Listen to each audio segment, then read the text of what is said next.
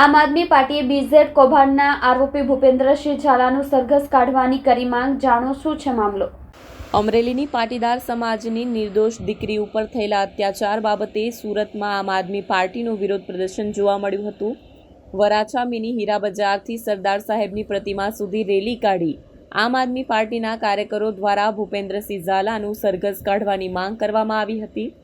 પાટીદાર દીકરી માટે ન્યાયની અને ભૂપેન્દ્રસિંહ ઝાલાના સરઘસની માંગ કરનાર આપના નેતાઓને પોલીસે ડિટેન કર્યા હતા। પોલીસ ઘર્ષણમાં નગરસેવિકા કુંદનબેન કોઠિયાને ઈજા થતાં હોસ્પિટલ ખસેડ્યા હતા। 2 દિવસ પહેલા અમરેલીમાં ભાજપનો અંદરોઅંદર લડાઈના કારણે એક પાટીદાર દીકરીનું જાહેર બજારમાં કથિત રીતે સરઘસ કાઢવામાં આવ્યું હતું અને આ ઘટનાથી ગુજરાતમાં અને ખાસ કરીને પાટીદારોમાં રોષનો માહોલ છે।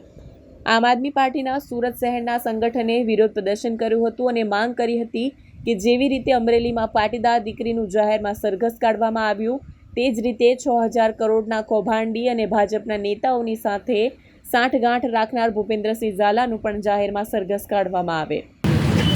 આખા ગુજરાતમાં જાણે કે કાયદાનું શાસન મરી પરવાર્યું હોય।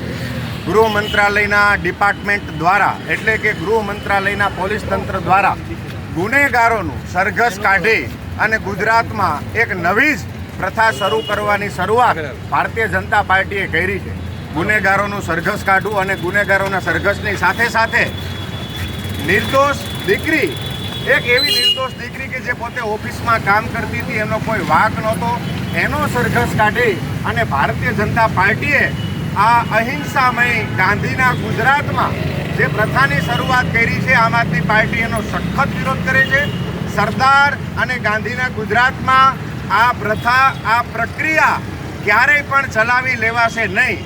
એક સામાન્ય ગરીબ પરિવારની પાટીદાર સમાજની દીકરી કે અન્ય કોઈ પણ સમાજની દીકરી હોય એની સાથે આવી ઘટના થાય એ ભારતીય જનતા પાર્ટી માટે અને આખા ગુજરાત માટે શરમજનક કહેવાય, નામોશીજનક કહેવાય। આમ આદમી પાર્ટી આનો સખત વિરોધ કરે છે। તમને જો સરઘસ કાઢવાનો શોખ હોય તો ગૃહમંત્રી શ્રી હર્ષભાઈ સંઘવીને આમ આદમી પાર્ટીએ સંદેશો આપે છે કે તમને જો સરઘસ કાઢવાનો શોખ હોય તો તમારે ભૂપેન્દ્રસિંહ ઝાલા જેવા ગુનેગારનું સરઘસ કાઢવું જોઈએ, નહીં કે એક સામાન્ય પરિવારની સામાન્ય દીકરીનું। આમ આદમી પાર્ટી આનો વિરોધ કરે છે અને વિરોધના પ્રતિકાત્મક સ્વરૂપે મિની બજાર ખાતે એક યાત્રા કાઢી અને સરદાર સાહેબને વંદન કરવા માટે આમ આદમી પાર્ટીની ટીમ નીકળી છે અને સરદાર સાહેબના ચરણોમાં પ્રાર્થના કરવા માટે નીકળી છે કે ગાંધીના ગુજરાતના, સરદારના ગુજરાતમાં આ સરઘસવાળી પ્રથા કરી અને ગુજરાતને શરમજનક સ્થિતિમાં મૂકવાનું કામ